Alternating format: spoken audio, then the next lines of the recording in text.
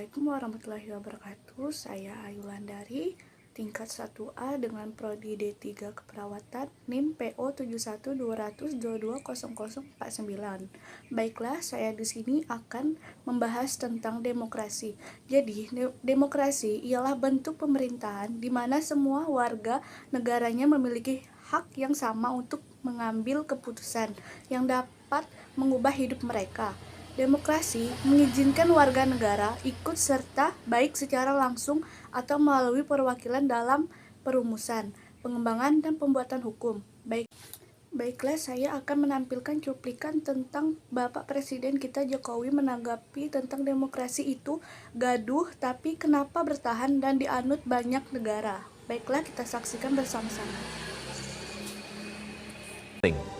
Dalam situasi seperti ini, jangan ada yang berpolemik dan jangan ada yang membuat kegaduhan-kegaduhan. Jadi, pernyataan Jokowi tadi terkait situasi pandemi ini dinilai muskil, terpengaruhi dalam negara demokrasi. Selain karena demokrasi memfasilitasi silang pendapat,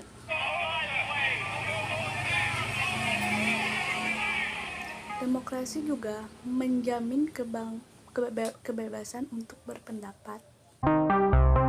Demokrasi itu pasti bising, demokrasi itu pasti berisik. Demokrasi itu memang tempat orang berisik, tempat orang ribut gitu. Yang penting ribut dan berisiknya itu masih dalam konteks korupsi demokrasi yang prosedural, saya kira tidak ada persoalan. Dengan keberisikan itu, bagaimana sistem ini jadi pilihan banyak negara? Alasan utamanya, negara yang sistem demokrasinya baik lebih mampu mempertahankan keamanan dan kemakmuran jangka panjang. Demokrasi juga dipandang sebagai alat paling efektif mewujudkan kesetaraan, mengurangi konflik, dan meningkatkan partisipasi publik. Dari segi penegak HAM misalnya, negara yang menganut demokrasi memiliki skor penegakan HAM yang paling tinggi. Mari kita lihat grafiknya. Silakan.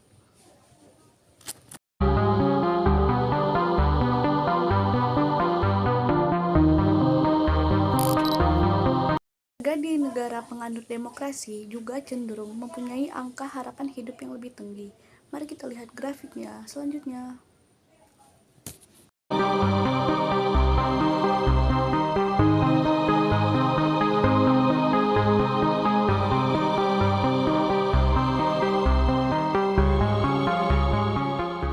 Mari kita dengarkan penjelasan perbandingan antara negara demokrasi dan non-demokrasi.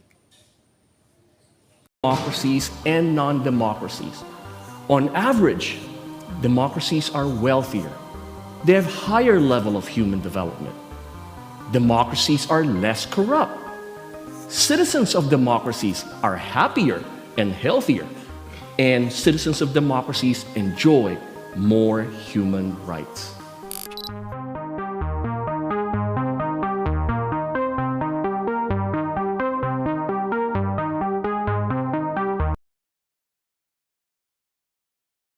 Baiklah, saya sedikit akan menjelaskan tentang demokrasi dan pendidikan mempunyai hubungan yang saling menunjang karena pendidikan yang sifatnya demokratis akan menempatkan anak sebagai pusat perhatian. Melalui pendidikan, anak-anak ditempatkan sebagai manusia yang dimanusiakan. Jadi, saya akan menampilkan sedikit cuplikan tentang demokrasi pendidikan. Selamat pagi semuanya, salam sejahtera untuk kita semua.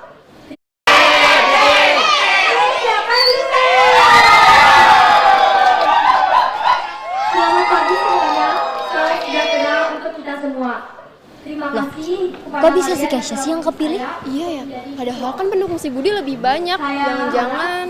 Udah, aku juga heran sih. Tapi kita nggak boleh mikir yang aneh-aneh. Barangkali memang banyak yang milih dia.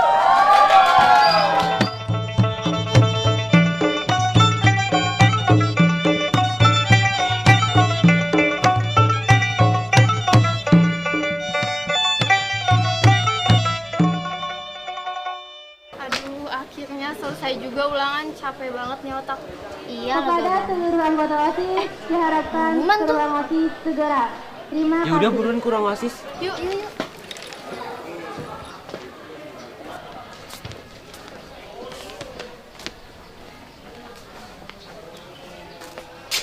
Kok ruang asisnya belum dibuka? Gak tahu tuh, kuncinya kan dipegang Keisha. Belum kelihatan tuh orangnya.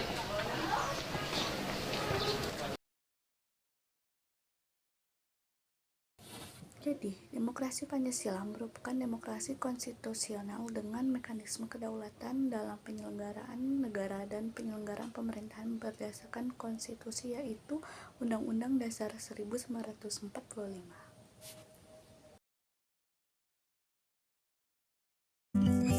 Tak terasa, sudah lebih dari 15 tahun Indonesia kembali memasuki era demokrasi. Kita dikagumi sebagai negara demokratis terbesar ketiga di dunia setelah India dan Amerika Serikat. Namun demikian, benarkah negara kita sudah benar-benar demokratis? Apa bukti serta ukurannya?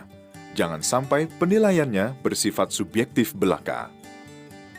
Soal ukuran praktek demokrasi, para ahli biasanya mengacu kepada dua laporan internasional, yakni The Freedom House dan The Economist Intelligence Unit.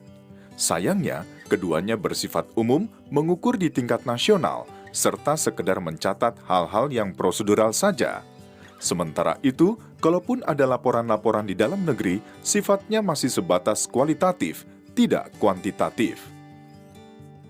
Padahal, mengukur praktek berdemokrasi di lapangan hingga ke tingkat daerah akan memberi gambaran yang lebih akurat tentang iklim demokrasi di tengah masyarakat.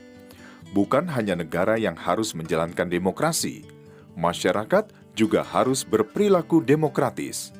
Di negara sebesar dan seberagam Indonesia, kemajuan praktek demokrasi tidaklah merata. Pada tahun 2007, muncul inisiatif untuk membuat Indeks Demokrasi Indonesia atau IDI, yakni sebuah metodologi untuk mengukur praktek demokrasi melalui parameter-parameter yang khas Indonesia, yang mengacu kepada pelaksanaan dari nilai-nilai Pancasila. IDI bagaikan general check-up terhadap praktek demokrasi di Indonesia hingga ke tingkat provinsi. Berbagai pihak terlibat aktif dalam inisiatif ini, yaitu Kantor Menteri Koordinator Bidang Politik, Hukum dan Keamanan, Badan Perencanaan Pembangunan Nasional, Kementerian Dalam Negeri, Badan Pusat Statistik, Program Pembangunan Perserikatan Bangsa-Bangsa. Terima kasih, itulah hasil dari pembahasan video saya tentang demokrasi. Terlebih dan kurang saya memohon maaf. Wassalamualaikum warahmatullahi wabarakatuh.